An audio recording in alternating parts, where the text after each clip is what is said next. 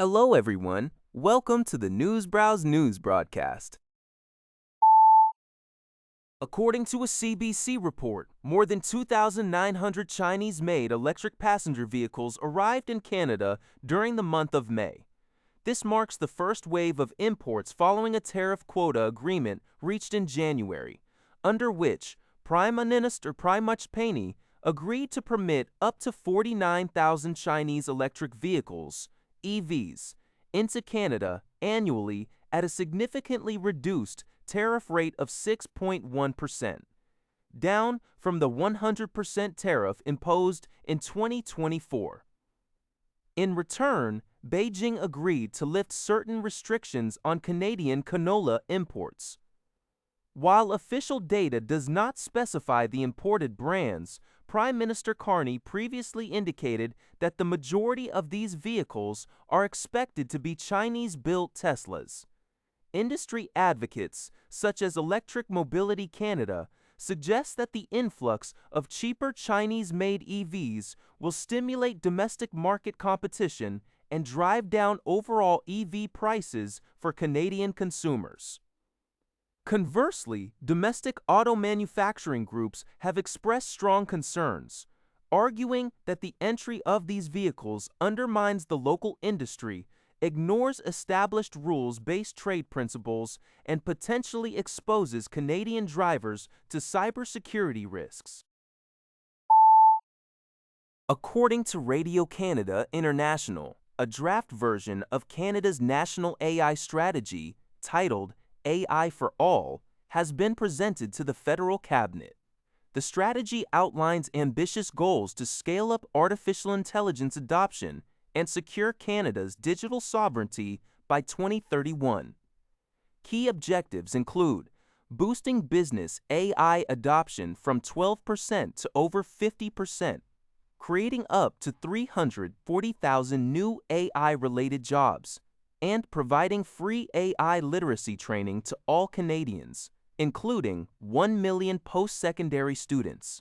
The plan also proposes adding hundreds of millions of dollars to the AI Compute Access Fund to assist small and medium-sized enterprises, SAIT-IS-ANS, and establishing a Canadian Tech Growth Fund to invest in domestic tech firms.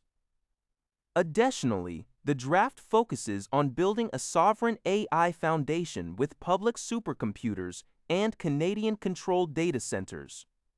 However, observers note that the document is remarkably light on safety details. While it commits to modernizing online safety laws, introducing consumer privacy legislation, and advancing work on content watermarking, it fails to specify concrete regulatory steps or timelines to protect Canadians from the potential harms of rapidly developing AI technologies. According to Global News, a brief period of relief at the gas pumps for Canadian consumers is likely coming to an end. Gasoline prices are expected to rise between 5 and 15 cents per liter in the coming days as hopes for a peace deal between the United States and Iran unravel. Global oil markets had recently surged after maritime traffic was disrupted in the Strait of Hormuz in late February, but prices saw a temporary decline when U.S. President Donald Trump suggested a deal was close. However, the situation deteriorated on Monday after the U.S. launched military strikes against targets in Tehran, prompting retaliatory actions from Iran. Consequently, crude oil prices, such as West Texas Intermediate, jumped by approximately 9% to over $94 per barrel. Industry experts from GasBuddy warned that the U.S. is no closer to a peace agreement than it was weeks ago, meaning motorists will have to pay more.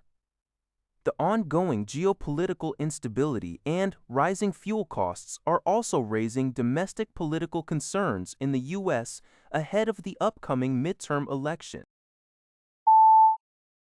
According to a report by Global News, the Ontario government has contacted FIFA regarding its ongoing non-compliance with the province's strict new ticket resale laws. Under Ontario's recently updated rules, it is illegal to resell tickets for more than their original face value. However, ahead of the 2026 World Cup, which features 6 matches in Toronto, FIFA established its own ticket resale platform, allowing users to list seats at any price. Stephen Crawford, Ontario's Minister of Public and Business Service Delivery and Procurement, confirmed that the government has issued notices to companies, including FIFA, that are not in compliance with the law. Opposition leaders, however, have criticized the government's approach. Ontario NDP leader Merritt Stiles argued that a law is only as strong as its enforcement, calling the current regulations weak if the government fails to issue actual fines. Similarly, Ontario Liberal interim leader John Fraser dismissed the new rules as being all show with ineffective implementation. FIFA has yet to respond to requests for comment regarding its compliance strategy. According to CTV News, Toronto police have arrested 5 additional suspects in connection with the display of anti-Semitic signage during a pro-Palestinian demonstration in March. The protest took place in North York, a predominantly Jewish neighborhood. Police allege that the suspects displayed or distributed offensive signs depicting Jewish people as monsters and rats. Some of the individuals were also reportedly disguised during the event. These arrests follow a previous arrest of a 6th suspect in April. The suspects, aged 19 to 48, now face charges of public incitement of hatred and willful promotion of hatred. Toronto Police Chief Myron Denkew emphasized that the rare charge of willful promotion of hatred was laid with the consent of Ontario's Attorney General.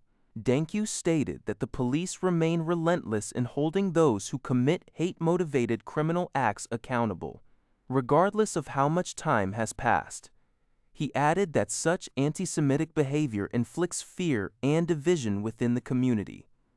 Police plan to maintain a visible presence around places of worship and community centers to combat hate. That's all for this video. Thank you for watching. See you in the next video.